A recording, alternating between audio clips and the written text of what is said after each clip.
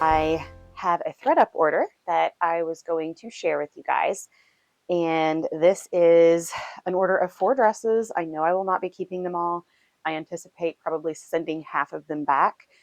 So my goal for the year when it comes to wardrobe is to purchase 6 dresses only for the entire year. That's all of the clothing purchases I'm allowed to buy, with one exception. And I may not even make this exception, to be honest, because every year I get a dress for Christmas to wear for both our like fancy little dinner Christmas date that we do every year, and then also for Christmas Eve when I host at my house. But I've been doing this for a few years now, so I think I have enough dresses that I probably really don't need to buy another one. But I will cross that bridge whenever we come to the holiday season and I sort through and see what I have. But at any rate, I went ahead and made a purchase from ThredUP of 4 dresses to get kind of a start, since dress season is thankfully not too terribly far away now. They are all 4 from Theory, and the app says that the suggested manufacturer's retail price is $238, but each one of these dresses was roughly $50, give or take a little. So they're all Theory, they're all the same size, but I know from past experience that that doesn't mean anything. And with me in dresses, I have a hard time because I am one size around here. I have broad shoulder blades, and then I'm another size around the waist. And then like I have no butt, no legs, like they're just skinny. So I'm another size around here. So I'm 3 different sizes. For dresses, my hip and butt size isn't such a big deal, but it's more like the waist and the chest, because if like a size 4 fits me on the chest, a lot of times it's loose around the waist. I'll need like a size 2 to fit me around the waist, but then it won't zip up in the back. So dresses are hard. So I fully anticipate that probably at least half of these are not going to work. So anyway, enough chit chat about that. Y'all know what I'm talking about, because I feel like it's the same for every woman. None of us are sized perfectly proportionately to where clothes just fit us. Every single one of us has something that, clothing items never fit right in that area. So anyway, let's get to it. So my one and only non-white dress in this order, and I think this one might be my favorite. They're definitely super wrinkled, but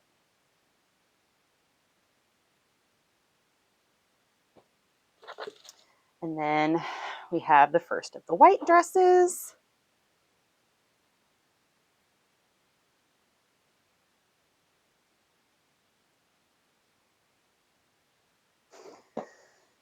And then this one, the collared dress. Oh, this one's inside out. Let me fix this. There we go. So,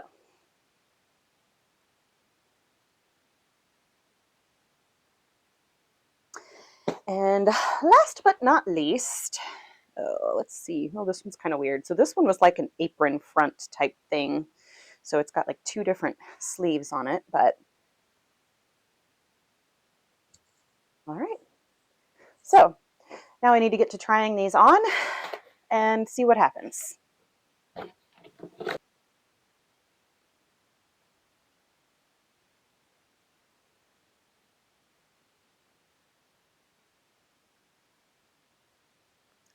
Okay, right away, I think this one is a no. I liked the style of this online, but I'm so short-waisted. I think if I was a normal height, this would sit up here and then this would actually be smooth, but instead on me, it's just very hangy and drapey. So I don't think this one's gonna work. So dress number 1. All right, this one's not quite completely zipped up in the back, but I'm not gonna turn myself into a contortionist for something I'm just trying on. But I love the fit everywhere else. It's maybe just a little snug around the chest, which is something that I've noticed over the years that, when I was younger, I would have settled for something that wasn't completely comfortable. But now, if I'm going to wear it all day, if it's even slightly uncomfortable, I am not keeping it. I'm not spending the money on it. And it is just a smidge snug around the chest. But the biggest issue for me is here, because it's fine as long as I'm doing this. But, I work on a computer, so I'm like this all day long on a keyboard, right? And it cuts into my shoulder right here. If it was here instead of here, I think it would be fine. But because of the way that this is cut, it's very uncomfortable on the shoulders if I move forward at all. So this, even though I like it from here down, is going to be a no. Okay, so this one is kind of the epitome of what I was talking about with same brand, literally every single one of these dresses, and the same size. And some fit great, some are too loose, and like this one is too tight.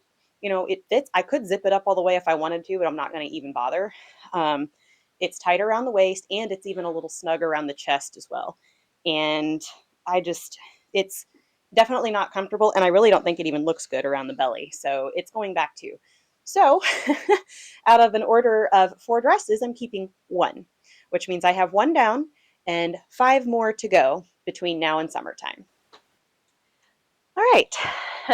I am back in the evening because I went to edit my video and realized that on dress number 2, my camera recorded for about 2 seconds and then cut off. So dress number 2 is the only one out of all of them that is a keeper. It has perfect fit. It's just right around the chest. It's not too loose. It's not too tight. The waist is comfortable. It's thin. It's a real easy breezy fabric for summertime. It's going to be nice and cool. And it is definitely a style that I can both just wear casually around the house, but also wear out. Maybe pair it with a pair of wedges and a bag, and it'll look a little bit dressier. It's definitely the best of both worlds, and I can see this being a dress that I will always want to keep. So it is an absolute win. This one knocks it out of the park for me.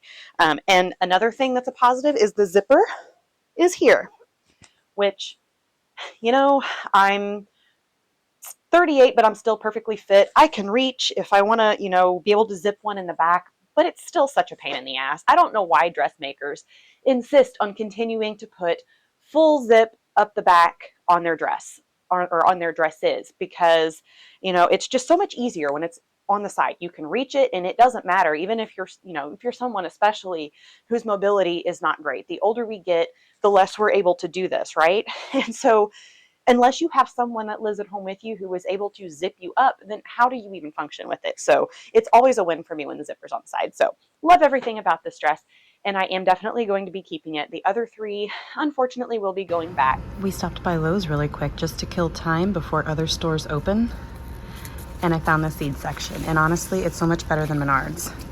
I couldn't find Brussels sprouts there the other day, even though they have, it looked like bigger selection at Menards than they have at Lowe's, but I found them here. Jalapenos I forgot that I needed. And then for my herb bed, I was thinking about fennel, but they didn't have any at Menards. They had the peaches and cream sweet corn, which is what I was looking for there and couldn't find. And then tomatillos I really, really like, and I love making like salsa verde. And I'd never thought about growing them, so I'm gonna give it a try. And I just found black-eyed peas. I've never grown those before, but now I'm curious if I should try those instead of green beans because I would definitely use them more. And I wonder what growing black beans would be like. I think I'm gonna look into this and maybe consider swapping out green beans for this because I would use them a whole lot more. I just did a little reading real quick on both, and it sounds like the black beans are probably the way to go because they need less space. The black-eyed peas, the rows need to be planted 3 feet apart, and the black beans are half that. So I think I'm gonna grab a packet and I'm gonna give them a try. I'll probably kind of finagle them around and still do some green beans too, but we'll figure out a way to make this work. All right, I am home with lots of seeds. I hadn't really planned on doing this, but I did pick up several new packets of seed. The most important one right now is the Brussels sprouts. They didn't have these the other day when I was at Menards, and I guess I kind of kicked myself for going there for seeds in the first place because I know from past experience that they just don't have the same selection as Lowe's does. They have like 3 rows, so they really do have more seeds, but I feel like it's just a whole bunch of the same ones. And there were several that I couldn't find that Lowe's had. So the Brussels sprouts I found, and since they need to go out the same time as like the carrots, the beets, all of the greens, all of that kind of stuff, they need to get started now. So they have about 4 weeks to grow before they get transplanted out into the garden. So I'm going to go ahead and start them in these little biodegradable pots so I can just stick them straight in. So I'm going to put actual potting soil in and then a little bit of seed starter in the top, just like I did for the marigolds. So I'm going to get those done, and then oh, you know what? I need to go run and grab my marigold seeds because they're still in my purse. We did go back to Menards today so I could get marigold seeds. And we needed to go to Sam's Club because I needed to pick something up for my mom. And they didn't open until 10. And it was 9:40. So we just stopped over at Lowe's, which is like across the way, and it was open. And just ran in. And I was like, of course, I'm going to make a beeline for the garden center, right? And I started browsing all their seeds. And I found all of this stuff. So anyway, the marigolds I need to go get because I only got about half or just a little less than half, honestly, planted the other day, and I ran out of seeds. So I need to finish those off as well. But I'm going to start with getting these Brussels sprouts in. And I'm also, with my phone set up over here, making for like shorts, Instagram, Reels, TikTok at the same time. So I can have both of these going and not have to pick and choose. Because I did this morning, I planted green onions, but I didn't do it on the vlog because I had my phone set up and I was doing it for Reels. And then also in here,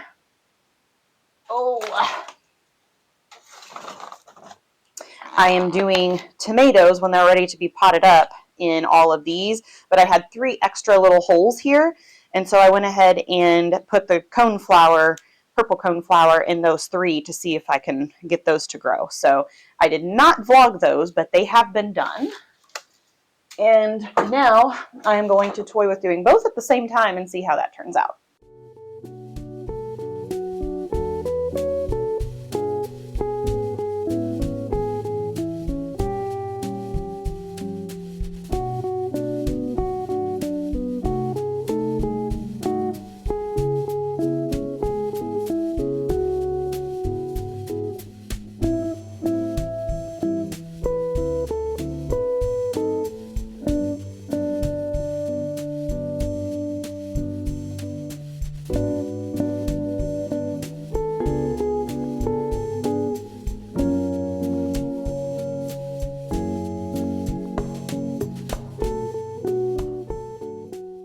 And I am going to put probably about 3 seeds in each one of these so then I can thin it and save the strongest one. That way I'm not, having multiple of these going.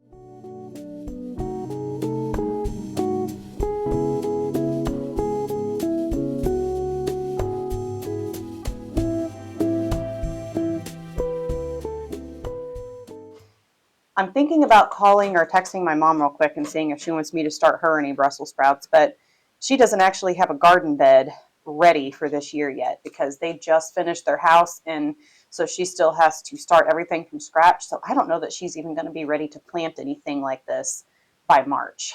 So I don't know. Miss Emily Jane back there playing with their little toy.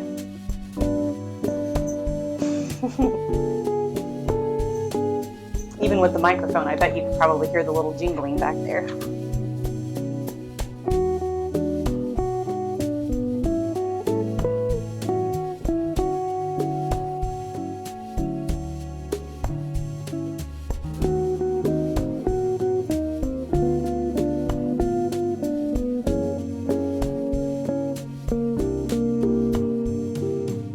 Okay, now I'm going to go and grab those marigold seeds.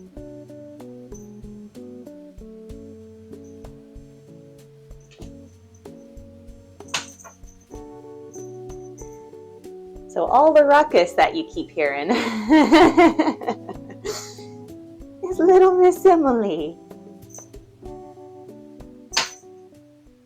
Okay, I also found the corn that apparently had gotten left in there. So now I have both of these, and I'll probably go ahead and do a little of both and just see, because this one's not called Peaches and Cream, but it definitely has, it's Triple Crown bicolor. So the bicolor, it's got the white and the yellow just like the Peaches and Cream does. So I guess we'll see which one of them turns out to be sweeter. I'll try a little of both. But anyway, we're going to move on to the marigolds. I have half planted and the other half not. And Miss Emily, I know it was her, but she definitely got in here the very first night after I had planted this stuff. And I had my office door open. And I got up in the next morning and came in, and they were all like tipped over, and they weren't like scattered, but some of the soil was definitely toppled out of them, which you can probably see from like this one is still topped off and good. And this one was one of the ones that was knocked over. But I was like, okay, I guess no more kitty in the office. Ugh. At least not until everything has sprouted and is growing, so that I don't need to leave the heater right so close to all of these, and I can keep the door shut and kind of keep the heater just outside the door. So all I really need to do for this one is put the seeds in and probably top off just a little bit here, just take off this tray. So I've been doing 2 seeds per cell with the marigolds.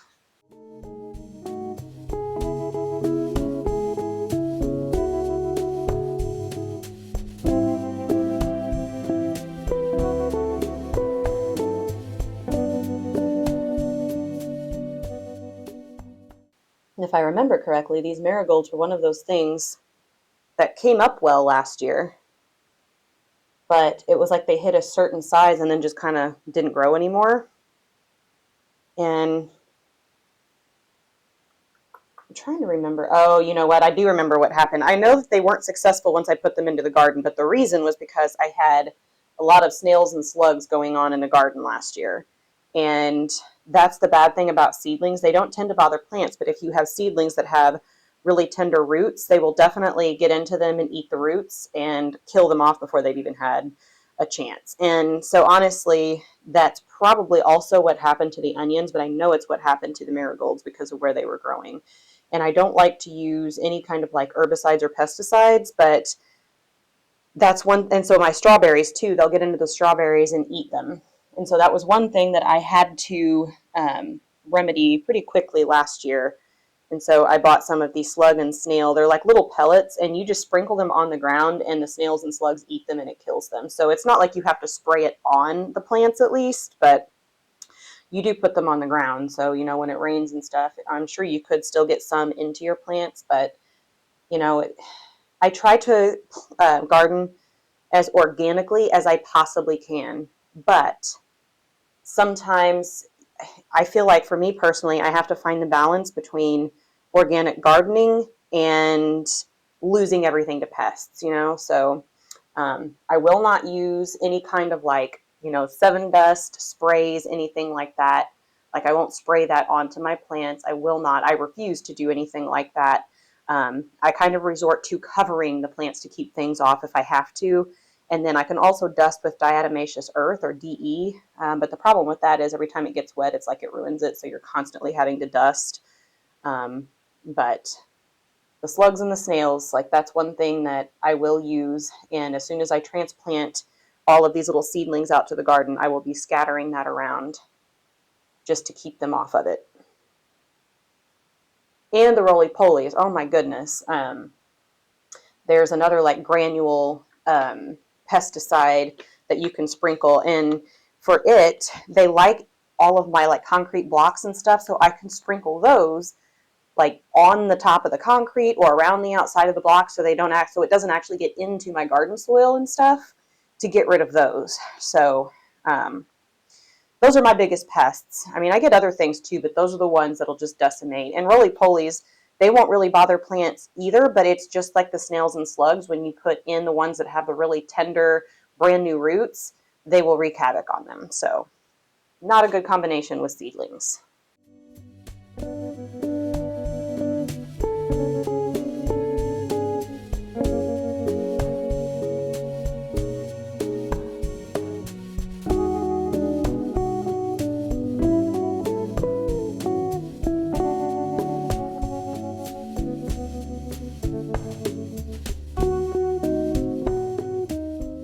Now I need to clean up, and I probably don't need to record myself doing that, so I will catch up with you guys later.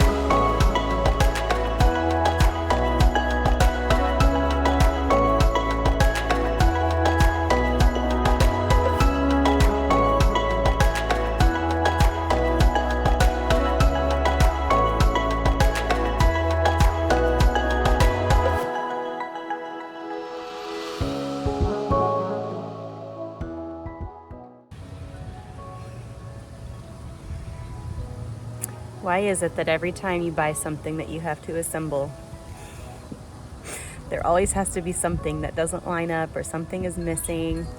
I'm on step one. This does not bode well for what the rest of this is going to be like, but I'm hoping that Michael will have something that can drill through metal so that I can just put new holes in it and continue on, but we'll see.